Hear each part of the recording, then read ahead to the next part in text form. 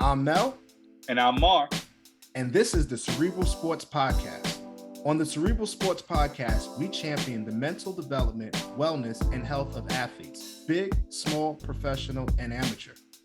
Week to week, we'll have compelling conversations with athletes, coaches, parents, and mental health professionals to discuss their experiences and point of views as we work to bring awareness to the most vital muscle in an athlete's body, the mind. All right. Here we go, and welcome back to another great episode here at Cerebral Sports Podcast, man. We are rolling on the first start of the year, man, 2024, first new guest that we have, Mr. Kenneth Holmes. Really excited to have him on here. We're going to switch it up a little bit. As we say in the intro, we bring everybody on this show to kind of talk about their perspective when it comes to their area of work, their expertise, and then how we can tie that into the way things process in their minds. Without further ado, I'm going to let Kenny tell us a little bit about himself. It's a very different approach, I think, and I think you as a listener are going to really get a lot out of this interview. Mr. Kenneth? Hey, thank you. First, I do want to thank you guys because I do think the work that you're doing is important for athletes. You know, a big part of what I see is athletes dealing with, mental challenges. So, I think this podcast is important and it's going to reach out, to a lot of athletes and help them, in their current careers and in the future. So, yeah, just a little bit about myself. I'm from Queens, New York. I played football in high school and college. Once I knew football wasn't going to be, me playing at the next level, I decided to focus on law school. So I went to law school. I attended Hofstra University in Long Island, New York. And from there, I practiced law, criminal law, civil law. And I always wanted to bring my passion with the law and sports. And so, once I decided I wanted to make that move with me playing football in the past and my experience as an attorney, I thought it made sense to start my sports agency, which is called Level Up. It's amazing. Shout out to you, man. That transition. Hey, man, athletes, people that's watching this and that's going to see this podcast, when you get that inkling to transition, make sure you do it because Kenny said it. I knew that football wasn't for me anymore. And he has become a major success. Salute to you, man. Being a sports agent and just evolving into something that you have a passion for, something you have a talent for, and something you kind of have like a unique perspective on because you've been an athlete, so you can kind of speak their language and relate to them in a different kind of way. Right. Yeah, that does give me an advantage. I understand some of the mental challenges they go through. Some of these kids have to, practice while injured, while dealing with outside issues, and they're dealing with that stuff while preparing for the combine or while dealing with training for pro day. And some of those, challenges I could relate to because as an athlete, you always want to perform, but there's always stuff outside of, sports, life. Is bigger than a football or a contract. And so, that's why I feel like I can bring some value to the kids or athletes that I work with is actually having that practical experience as an athlete. So, Kenny, can you give us just a brief background on how you became a sports agent? How did this happen for you? Right. So, it took me some time, honestly. It's been pondering in my mind since 2015. I always thought about it. I spoke to some friends about it, and I never took action. But it was about, say, 2021. There was a issue that came up, in my personal life, and I decided to just follow my dreams, go after what I really want to go after in life.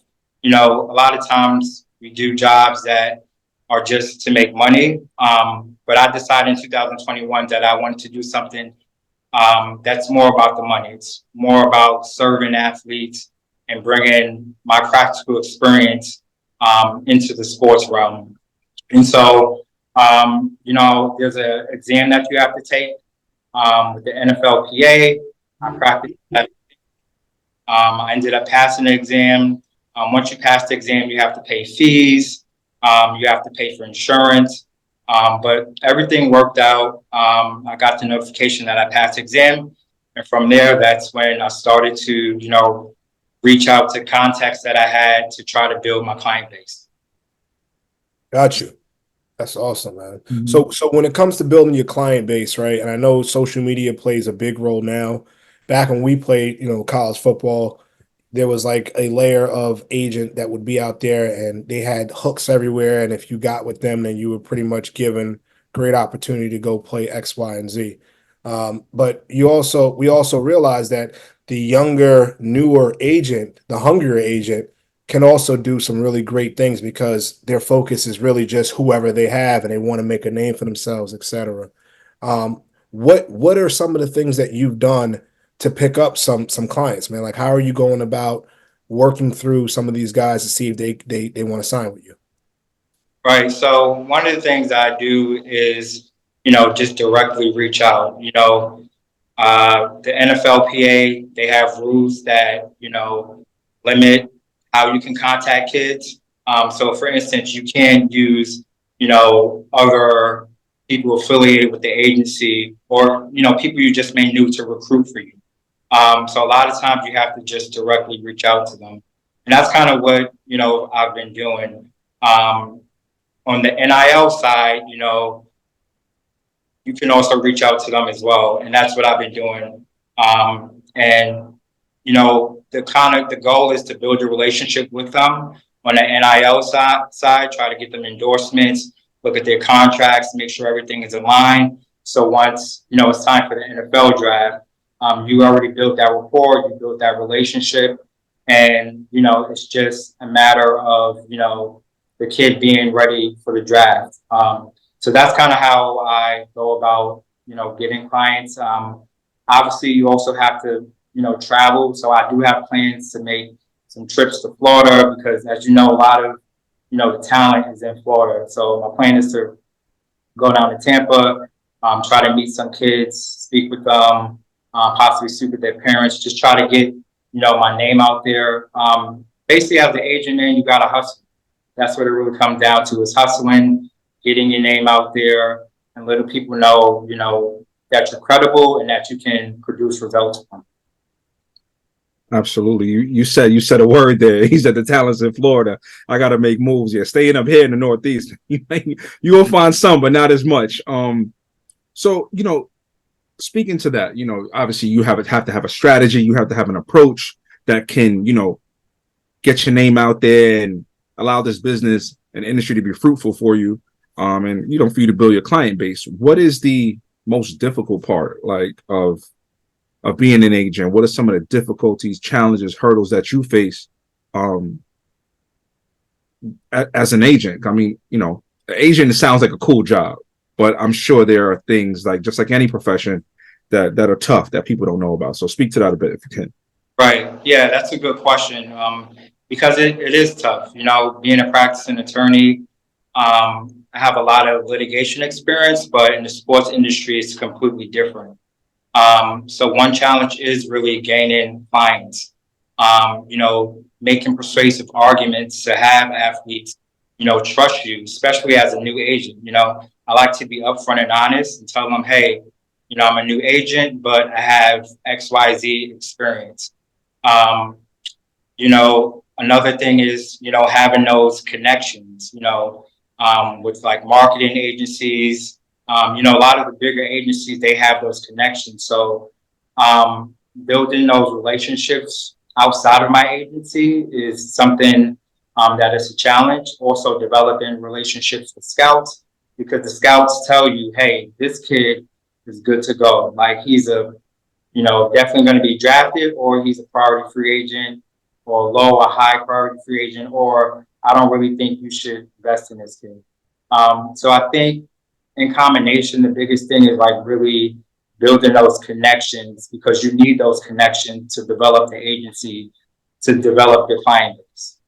So let me ask you. So how do you do that? I mean, I don't want you giving your secrets away. So if it's a secret, you don't got to tell us, right? But how does one do? Are there like mixers? Are there industry events where you go and you kind of like, mix and mingle? Do you have a contact sheet of scouts that you're given from your agency, like, hey, these are the scouts that we know about that work in this area, that area. Reach out to them, try to build a rapport to them, take them to dinner, lunch, whatever have you. How does that work? Right. So, you know, there's a combination of options. One, trying to get down to some of these games. Um, Also going to events like the NFLPA, they hold events for agents. So you want to go to those events. There's NFLPA financial advisors who hold events. So you want to go to those events. Also, there's events that I think there's like an agency, not an agency, but there's an organization of lawyers who deal with sports and entertainment. So going to events like that where you can meet people who's in the same industry, those are kind of like the ways that I've been trying to like focus on building connections. Also, there's the NFL Combine. That's something a lot of NFL agents go to, regardless of if you have a client actually in the Combine. It's still a good event to go to because there's a ton of coaches and scouts and just players, and you never know who you can connect with, to build some sort of relationship. So, you really just got to get out there, mingle, and get your hands, kind of just in the mix. Understood. And one piggyback and follow-up question, one that I've always had. Do you have to be a lawyer to be an agent? No, you don't. that is a common question. All you need is a master's degree. That's all the NFLPA requires. But I will say it is an advantage to be an attorney. But from my end, it's more than that. It's, I feel like I bring the value of being a practicing attorney. It's a difference between going to law school, passing the bar, and then you decide you want to go into the sports agency route. From my perspective, I graduated from law school and I went straight into the practice of law while I litigated real serious cases, negotiated serious cases. I've seen it all. And so I believe that experience being like in court and dealing with, legal issues gives me the practical experience to handle, any issue that may come up for an athlete. Yeah. Mel gonna kill me because I got another question. I'm Go sorry. ahead, man. Listen, like I said, we flowing, baby. I love it. This is organic right now. Like, I'm gonna tell you, I'm gonna be very honest with you. I'm impressed and salute to you, man. Like, as a black man, being a practicing attorney, that's something that, I always kind of thought to myself would be cool. Like, I wear suits to work and things like that. I'm gonna double breast it up, you know what I'm saying? And walk out there and walk into the courtroom like the episode of Fresh Prince. You remember when Martin and Will walked in, not Martin, Carlton and Will walked into the to the courtroom and they was battling against Uncle Phil and they had their cases and everything like that. But becoming an attorney, like, how challenging was that for you? Like the hours, the work, and practicing, being a practicing attorney, how difficult is that profession? Right. So, I would say it's, back then when I was going through it, I would say it's difficult. But looking back at it, if you have that mindset, it really wasn't difficult because I've been through so many challenges in life that I felt like I was prepared, for any of those challenges. I played football, and as you guys know, football teaches you a lot of life lessons. Taught me how to be disciplined, taught me hard work. It taught me how to face adversity. And so with law school, it's rigorous, a lot of studying, a lot of reading. And then also after you graduate, you still got to take the bar exam. So, bro, it was it was tough. It was tough. Still got to deal with like family and personal issues, and a lot of people don't understand how much time it takes to actually study for the exam. But because I had like the willpower, and there was no question that I knew I was going to pass, it really wasn't that difficult. Salute, man. Salute. Respect. And one more thing to piggy off Marlon, like, how did you afford it? Like, what did you take out loans? Were you given a scholarship and grants? Like, how could one, because we're talking to a lot of people right now. We're going to reach hopefully a lot of young people that may have those same aspirations. And as Marlon said, we don't see a lot of people like us that are in the practicing of law because of some of the barriers that come about. How did you manage the financial part of becoming a lawyer? Right. So for me, I played football, and the financial aspect of going to like graduate school wasn't in my mindset. So I had to go the route of using student loans. Once I did get into law school, I was able to gain some scholarships, but for the most part, I used student loans that I had to pay off. Mm-hmm. All right, cool. Another thing that I think you should really think about. I'm not even sure if you haven't or if you have, from the coaching standpoint, all right. Coaches need agents as well, right? And that's something that I wasn't privy to until I got into the coaching world. And you realize that networking and things of that nature, you can only do but so much. And when you're at that FCS, FBS, even Division II level, there are contracts that are given, and there are things that need to be kind of ironed out with a really, really good agent. Um, so that's definitely something that, if you haven't, because I know you're relatively new to jumping in here, if you haven't, thought about that line of work, that might be something that's really, really good for you to think about to try to jump into. Can you tell us a little bit? You had said something Hold up, earlier. hold up, Go ahead. Mel. Mel, you got an agent? Nah, I don't. I'm about to have one. I'm about to have one at the end of this. At the I end of this. see what you trying to do right now. You try. And Yo, let me drop the shoes as they fit, bro. I Come see on, what man. you trying to That was do. that. That's That slick. that was that was pointed. yeah, man. That was gonna be my end. At the end, I was He gonna trying to say, set your route up, man. He trying to bait you for an interception, boy. I see. yo, I was working it. And you just came out of nowhere. Had to. Did I interrupt you when you were asking your All right, questions? my bad. My bad. Jesus. So yeah, so back you had touched on something, man, and I think it's a lot of the landscape of, let's just say, college sports, and you don't have to just go into football. We can talk about college sports, the NIL, right? And how the NIL is now affecting a lot of what we see on TV, from teams becoming really good, really fast, from coaches seeing what's out there now, packing up their bags and getting out of there. But you said something like the agents are using the NILs to formulate relationships with athletes early on, so at the end they have them as clients. Can you kind of just give us more on that one? Right, right. So, before um, 2021, which is when kind of NCAA allowed college athletes to be paid for their name, image, and likeness, college athletes didn't have that opportunity to even connect with agents. Not saying they didn't have the opportunity, but there was nothing legally that could connect the athlete, college athlete, with an agent.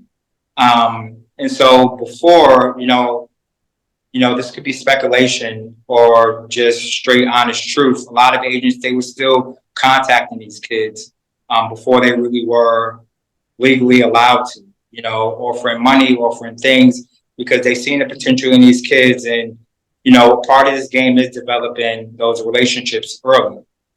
When NIL came into play, a lot of these agencies, it makes sense. You try to represent them in NIL. This way, you can build that relationship from the time they're maybe a freshman in college. This way, once they get to that time where they're eligible for the draft, that relationship is already there. It's in stone, and the athlete already knows, which agency they want to work with. That's all assuming that the agency is doing great work for the athlete, because things could go wrong. The athlete could, say, I want to go with another agency, because things like that do happen. But that's kind of like a, short answer to your question. Is Gotcha. that Yeah, question? yeah, that's awesome. Yeah, definitely. Now, the NIL deals, right? So the lawyer or the agency that the athlete's working with, they're not physically giving them their money out of their said company's expense, right? They're going out there finding different people who want to represent, who want to give this athlete money to represent them in such a way. Right, right. That's basically what it comes down to. I mean, there's other, you know, strategies that agencies do, but in terms of me, My goal is to find endorsement deals for these athletes, and build that relationship with the marketing company. So when I do have a client, I can already say, hey, I got this client. Um, he's a 5-star high school recruit. He's going to be going to XYZ school. These are his stats.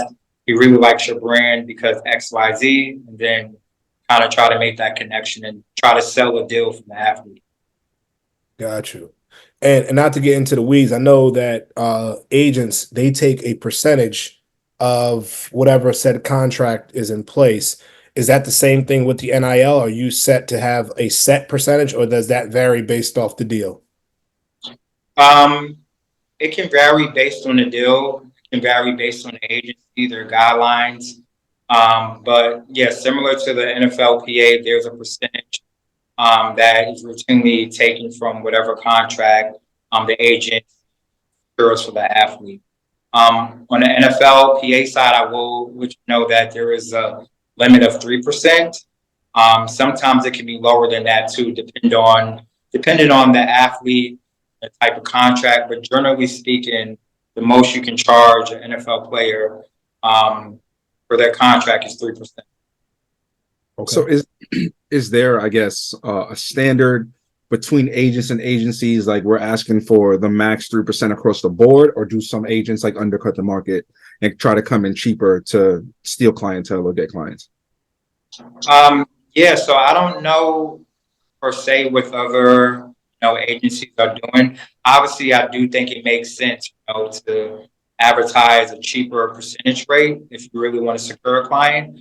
That is a technique that I probably will think about practicing because I'm a new agent, new agency. You got to find ways to find leverage to bring on athletes. So it's just business strategy. So that's kind of my perspective on that.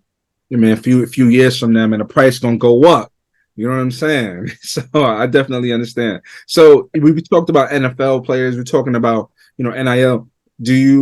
Is your focus going to be football players, or are you looking to branch off into or be a part of other leagues? Do you feel an affinity towards football because obviously you have expertise there in the actual sport? I'm not sure what your scope is on, like, say, basketball, tennis, even. Like, I don't know. Like, speak to that. Right. Yeah. Sky's the limit, bro. Sky's the limit. I'm looking to see wherever this path takes me. For now, football, because I played football in high school. I felt like that's a good way to start off in this type of industry. I have some connections. I played the game. So I kind of know what the specific athletes are going through. But if I want to do NBA route, that's something I'm thinking about. I would have to take a separate exam to represent NBA athletes.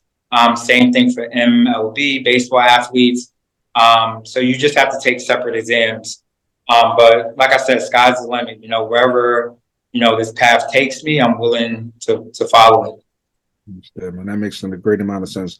Now, I definitely think, I wish you the best. I think you're going to be successful. So, yeah, I don't think it'll be limited to just NFL or whatever have you. I think you'll be able to, go from league to league, sport to sport, and, have a portfolio with a plethora of different athletes in different sports and different leagues. Short term. So let me get a short-term goal for you first and a long-term goal, if you will, in this new venture, avenue, route, career path that you're taking. So long-term goal is to touch and impact as many athletes in a positive manner as possible. For me, this is more than about a game. It's more than about a contract. Life is bigger than that.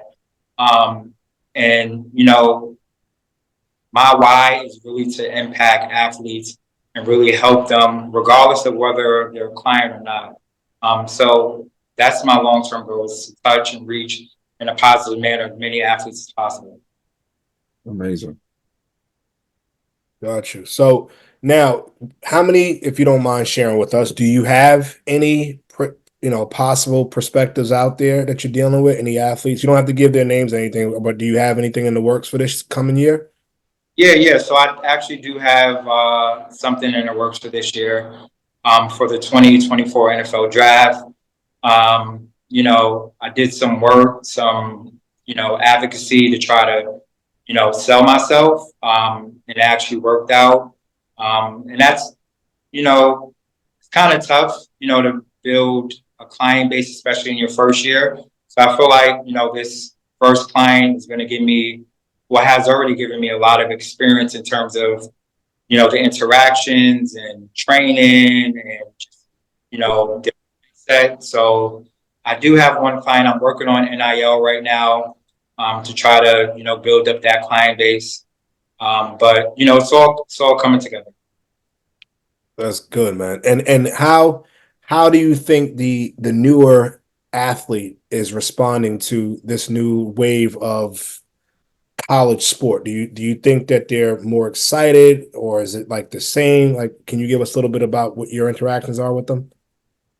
Yeah, so I haven't had much experience with like the younger athletes. Like, so when I say younger, I mean like high school going into college. So far, my contact has just been with athletes who are already in college. Mhm. Um, Based on my experience and what I'm seeing on social media, um, the NIL brings so much financial opportunity to these kids and their parents. And you also got the transfer quota going on. So it's a lot for young athlete um, to kind of handle. So I do think it's important that the young athlete has a support system, either parents or guardian or big brother, big sister, or an agent, someone who's there who's going to kind of guide them and lead them, through the process because um, schools may be offering NIL money, one school may be offering more money, but you need someone to advise you to make the right decision that's not based on money, but but it's based on what's really going to be the best outcome for the athlete. That's a great point. I think a good agent, a great agent, is more so not just about getting you the most money they can get you, but aligning you with brands that, ladder up to what you believe in, ladder up to your values, because, it's a marathon, not a sprint. You don't want to just grab money for the sake of grabbing money and then, be working with a brand that doesn't necessarily represent, what you stand for, what your family stands for, and what, you want your personal brand to be. Somebody that comes to mind is like a Jalen Hurts. He has that female agent, and they're very big on, what they do, very big on quality over quantity. So a great agent can make or break your career. Right. So, I mean, the athletes and the prospective NFL players that hopefully see this podcast, take a look at my man Kenneth Holmes. Man, it's somebody you want to align yourself with uh, to handle your business and your brand and bring you to a great place and space in your career. Also, man, another thing too, Mal, I know, when we played and we got guys that had opportunities to play at that next level as far as like professional, um, when it was time to say goodbye to the game and be done with, it was really hard for almost anyone who was passionate about playing the sport that they were playing. But I feel like with this new wave of, NIL deal, at least now there's something that they can hold on to financially. There's some kind of monies that can be kind of put away for them to springboard into their next career path. Yeah, I Ken, mean, yeah, you're not, guys. you're not stuck. You're not like, if you can make some NIL money and Mhm. you want to start a business or you want to, you know what I mean? Like Yeah, you have options now. You have more options than it's just like, oh man, football's over. Let me go into an office. exactly. But Marlon, we're talking as, older, established men right now. We're talking about high school kids that Oh, are just now. don't call me older, brother. Don't do that. Don't do that. We got the cameras where it shows the grays, right? Like In your, I don't got no gray on me. you You can can see see the I'm gray. good. If you see the He, gray in your beard, I ain't got you nothing use that. to You use some paint today. You put the paint on. don't do that. You put the paint on, Don't bro. do that, bro. Don't do that. All right, listen. Well, you can see the gray. Anyways, back to what I'm saying. It's good. It's good. It's really nice to know that the kids are making money, right? But Kenny, within your line of work, are you also giving them some financial strategies, some planning some ideas of what they can do with this money, right? Because here we are, maybe a kid that doesn't have anything, right? They come in and all of a sudden you give them, hey, here's $50,000 per semester that you're going to get on this deal. Do you give any of that conversation, or have you been putting thought into some of those things? Yeah, I haven't had those direct conversations, but yes, I'm definitely putting those thoughts in mind. As an attorney, I know my expertise in the law, and on the financial side, I know who the experts are. So yeah, I give my general advice in terms of, options that they can use, to put their money to the side in the savings or, in property. But usually I do have that conversation with them, and I have contacts, who are financial advisors, who are experts in that line of work, because, I don't want to oversell myself. So, for now, I rely on the experts, and I have contacts who I rely on. And of course, it's something that I do tell an athlete. I tell them, hey, this is an investment that you can use. You don't want to blow it down the line. You can do so much more if you put this to the side versus blowing it on a fancy car or chain or clothes. So that's something, that's definitely in my mind when I speak to athletes. Yeah, that's a great point. Mel would have blew his money if he got some NIL money. That cooked it. Promise you. That's the So man who. Wait, hold on. we're not going. Where we want to go there, Mister Man? Yeah, Yo, I asked this man a year ago, right? I was going out somewhere. I'm like, yo, Mom, man, we at the age again. I talked about the age where I don't want to go out there looking like a young buck, but I also don't want to go out there and suited and booted. You told me to go where and spend how much money on some clothing? I don't recall, bro. Oh, I recall. A year ago, I don't remember, I man. went to that store. I looked at one thing. I said, yeah, okay. I got a lot going on, man. I Shirt don't. was like $100. A shirt was what? Like $100. Oh my god, $100 for a shirt, man. Y'all gotta understand, man. Listen, hey, Kenny, don't be this man's agent, all right? Because you ain't getting 3%. You might get you might get some tax 0.085 from this man. All right, he's different. Okay, don't be his agent. I'm gonna let you know right now, man. Oh, man. But I think just to piggyback on that point, taxes, that is something that I do also like to bring to attention of athletes, because taxes do impact NIL deals, because you have deals that involve multiple states. Also on the NFL side, players, they have to pay taxes in the state that they actually play in. right, so state that they actually, so if you road games. Exactly. So that's something I also like to bring to their attention. Again, I have experts who I rely on, but it's something that the athlete, should know about. Fair enough, man. So you just, natural segue. You spoke about the different states, NFL. There's a lot going on in the NFL right now. So I kind of want to transition a bit from Kenny, the agent, to just Kenny, the sports fan, or Kenneth, the sports fan. It's been a crazy week in sports. Like, when I say crazy, I mean, I can't remember a time where it was this much high profile change in college football, NFL football. It's just been bananas. Mel, what have you been thinking about? Are you want to throw your name in the hat for some of these big openings? So like the Washington coach took the Alabama job. So Washington looking for a coach. So I think, Mel, we should take the podcast on the road to Husky country. Hey, throw your name. You just told me I thought I had an agent to represent me. Now you're telling them I'm frugal, so I ain't got no agent. I'm right here. I'm be in my house, coaching nobody. Yo, what y'all think about all the changes, man? Nick Saban stepping down specifically. I mean, that has to be related to the NIL, no? Like the transfer portal, all of this.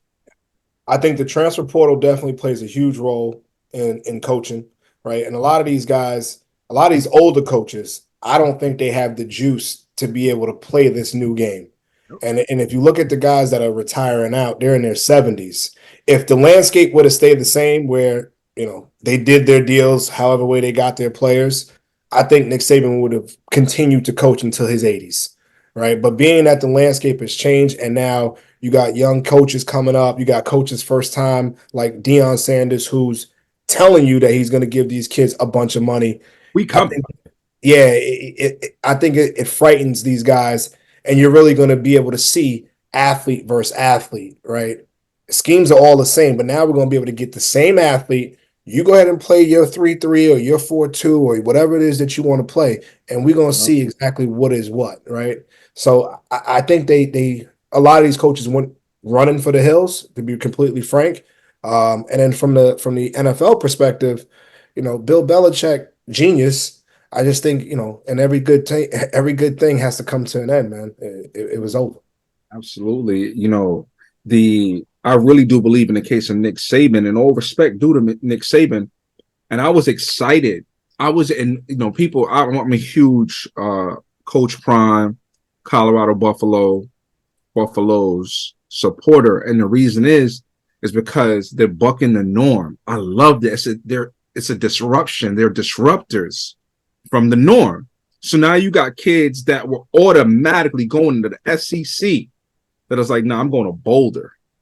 And I was like, I like this, because what it's going to do is it's going to level the playing field and make games more competitive, make the college playoffs more competitive, and you start getting different national champions. Seeing Georgia and Bama win the national championship every single year, it's not, after a while, I get old. I want to see some shakeup, right? So I know that's why Nick Saban got up out of there, because that was his advantage.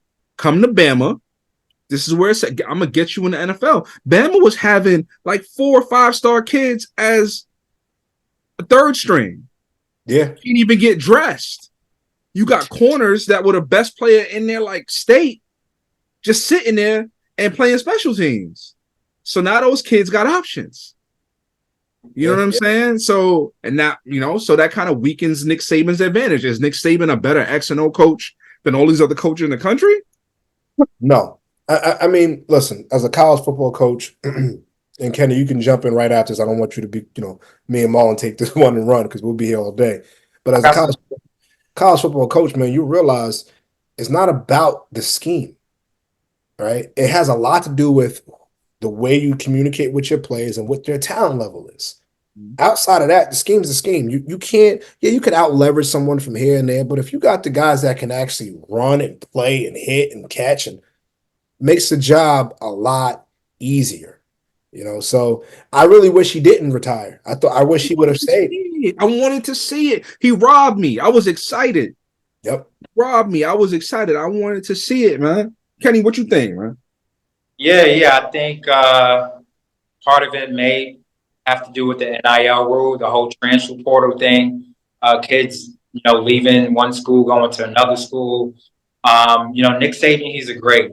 So I've already seen some kids who, had interest in Alabama, making, a decision to look at other schools now. And I think, it's a challenge for coaches to be consistent with their team. Because, originally, kids weren't going back and forth, like you had just said, instead of athletes for a certain amount of time. And now the game is different. Like, you may have one kid that was great one year and you really focused on them. You surrounded the team around them, but because of NIL, transfer portal thing going on, now you have to revamp your whole scheme in terms of how you want to move forward. I actually met a coach today who said he's, having the same issues with his coaches. Like, they're trying to figure out, what do we do with this NIL thing? Like, how do we manage it? So, Nick Saban leaving, he's a great, but, like you said, Deion Sanders, he's a disruptor. He definitely changed the game, and it's going to be interesting to see how things kind of play out from here. For sure, man. Absolutely. And from one great to the next, we got Bill Belichick he's kind of forced out of New England. They're saying is mutual, but they had a succession plan in place for Gerard Mayo, right? That took over as the head coach now. But the plan or the date of execution got moved up because they've been bad. So we're seeing a change now. Also, Pete Carroll also got forced out. All of these guys have something in common. They're older. Mel tried to call us older. No, these guys is older. They grandpa age, man. He's I'm young. 72, bro. Young, bro. You gotta embrace where you are, Marlon. Embrace it, baby. I love where I'm at. I love where I'm not old. I'm better. You understand, right? Thank you. But so it looks like these NFL organizations, and this is something to keep in mind for you too. Kenny, they're going younger with these coaches, man. They're going like it keeps going. Get every year, it's like new youngest coach in the NFL, or the youngest coach in the NFL is always like the next coach. It's crazy. Like Jerome Mayo is 37 years old. You would never see that back in the day, a 37-year-old head coach hired. So, the game is kind of changing and evolving. And, you coming in at a good time where, you can sit down with somebody and y'all can have a different kind of conversation. The ability to relate with some of these coaches that you could potentially represent. I mean, it's gonna be great, right in your wheelhouse. Right. I'm 38. So, I am young. Marlon, you're right. I was wrong. We are young. So let's get this thing going. I'm not the same age as you, so I'm not gonna say my age, but we good. You older. What'd you say, Kenneth? I said I'm in that ballpark of the 30s. That ballpark, like, what's going on, man? 38. Come on. I'm in my early 30s, bro. Like, oh, you're not. You can't speak for me. That is a lot. You never see my birth certificate. Ever. My college roommate. Get out of here. What that mean? You a genius? Thought you knew me. Oh, God. How you said, huh? I like how Marlon said it with confidence. Yeah, bro. It's all about the sell. It's all about the sell.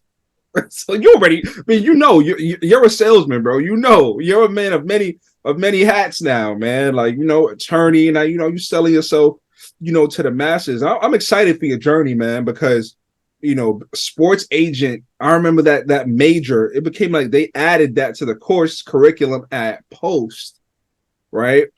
And I was like, wow, but I didn't know, what to do with it, and it was so new. So I didn't change my major. I already had my major, but it always sounds like such an interesting world to be a part of, man. Like, they have, these shows about it, like, in the past, and it just always looks like a cool world to be a part of, man. So good luck to you, man. I hope you get to live that dream and it becomes as cool as it looks on TV for you, over time with, client list, and you're going to be at the Super Bowl, NBA finals. And just remember, you know what I'm saying? We here. We good. Of course. Started from the bottom. I appreciate you guys because you guys are giving me, a platform. That's what it's all about. Having that platform to get the word out, engage, show and tell people, what you offer. Absolutely. Yo, Kenny, before we let you go, man, let the listeners know where they can find you. Like, how does one get in contact with you that's looking for representation? Right. So, easy. You can visit our website, which is Level Up, S as in Sam, E as in Eric, Greg.com. From there, we have an Instagram page. We also have an email address, which is info@levelupseg.com. So those are the ways you can directly reach out to myself and my agents. I think you might have to do that one more time because it broke up a little bit more. I don't know if it's on your end as well. It did break up. Like, so let's do that one more time. If you can get a little closer to the camera, maybe it might help. So give the listeners one more time, just exactly how they can find you if they're looking for some of your services. Right. So easy. You can find me at Level Up, which is levelupseg.com. That's our website. From there, you can find our Instagram page, Facebook page, Twitter page. You can also find our email address, which is info@levelupseg.com. Amazing, man. Amazing stuff. Y'all tap in with Kenny, man, for y'all sports agent needs and direction and partnership. Y'all tap in with him, right? Y'all young kids coming up in college seeking NIL deals. You got something cooking. You about to go to the combine. You trying to be a undrafted free agent. You trying to get on. You need somebody. You need somebody. Them humongous established agents ain't checking for you, but Kenny will check for you. Grow together in partnership, man. Like, absolutely get that done. And of course, y'all know for the Cerebral Sports Podcast, y'all catch us on YouTube. You can watch the podcast. You can also listen to the podcast on all your podcast platforms, Spotify, Apple Podcasts, Amazon Podcasts, you name it. Tap in with us. Keep rocking out with us. This is another great show, another amazing guest with something to share, something to add, something to offer. My man, Kenneth Holmes, man. Salute. Super sports agent in the making. Thank you for coming on, Ken. Thank you for coming on, my man. Having me, guys. I appreciate you. Absolutely.